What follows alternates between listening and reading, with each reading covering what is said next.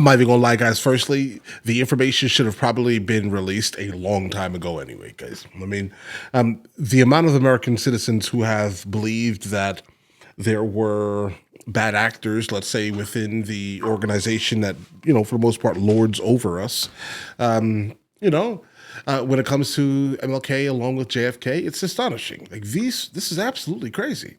And the fact that Trump walks in and says, "You know what? How about this? We're just going to drop it on the American citizens, please."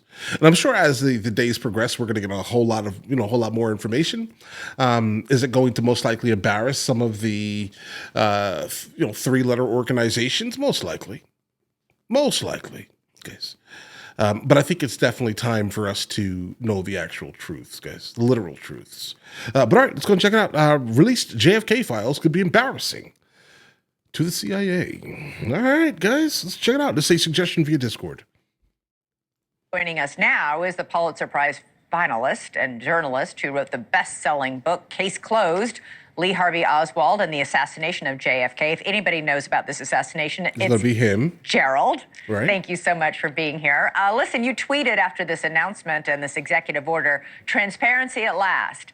There are a few thousand records that have still been withheld from the public. They're largely redacted or totally redacted. This guy looks super easy to draw, guys. I feel like we're drawn. Why were they being withheld? Yeah, Elizabeth, you and I have talked over the years about some of the JFK file releases, and I never knew we'd come to an actual day in which a president ordered their full release. We have about 3,500 documents, as you said, still there. The CIA and others are fighting over their release by saying, gee, it has a name of a living asset, a human asset, an intelligence agent, someone who helped us. It's got some means of gathering intelligence. Trump is saying, forget all of that. These files are important enough. The American public has a right to know what their government knows about the assassination. A lot of people have been suspicious, thinking that they're hiding some truth about a big conspiracy in there. So I think this is a good move. The devil will be in the details about exactly what the president, when he says everything's coming out, means, because there are tax files in there. Tax files are supposed to be sealed forever, but he may override that and have those tax files of Lee Harvey Oswald and Jack Ruby and others released as well. I don't understand, though, the CIA saying there's the name of a living asset. Then it means that there's someone that was very closely tied to whatever this all is. Most likely they were deep undercover, et cetera, et cetera. That's basically what I'm taking that to mean. It was 61 years ago. I mean, that living asset would be 80 or something? Yeah. They are in their 80s, because you have to think in the 1960s when this was taking place, the assets that they had in Mexico City, where Oswald went only 6 weeks before the assassination, were sometimes people in the federal police or in the Mexican government who were in their 20s, who were providing information over to the CIA. So they're now in the mid 80s to late 80s.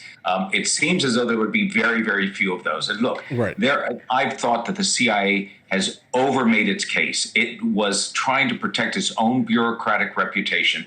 I think these files it won't prove that they were behind the effort to kill the president, but I think they will be embarrassing to the agency about how much they knew that Oswald was unhinged in the weeks before the assassination. They never told the FBI.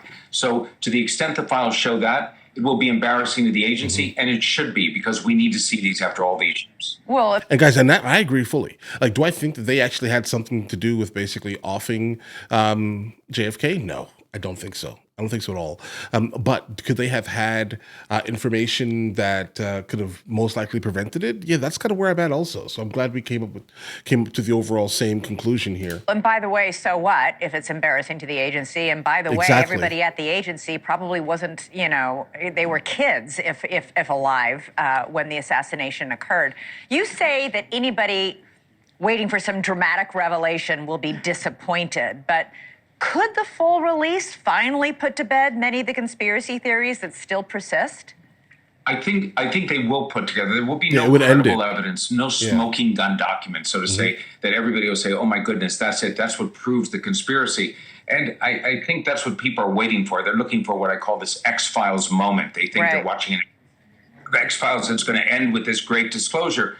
But there will... Bro, I think that 3-letter organization is coming in and muting his mic, guys. I think they're watching an X-Files that's going to end with this great disclosure, but there will be important information in there. There are still files about the Bay of Pigs, the failed invasion there. There are things about the mafia CIA plot to kill Castro. There's some Mexican intelligence material on Oswald. So we'll fill in part of the history, but I don't think it'll put the conspiracy theories to rest. People will just say, okay, they weren't there in those files, but let's look elsewhere. Maybe President Trump will do what Bobby Kennedy suggested once, which is establish a national commission to look for the files everywhere in the government, and then we'll have this going on for years more. Listen, I think Larry Sabato said it best when he said, quote, "It seemed just so fantastical that one very disturbed individual could end up pulling off the crime of the century." Of course, referring to 24-year-old, he's so young, Lee Harvey Oswald. Then 2 days later, Oswald himself is assassinated by Jack Ruby, stoking more conspiracies.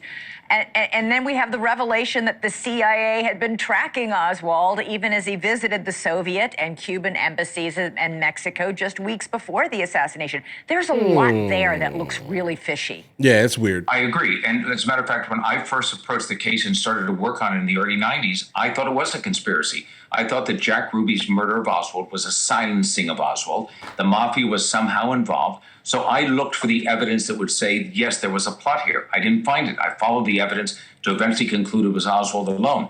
That doesn't mean that there weren't conspiracies brewing against JFK.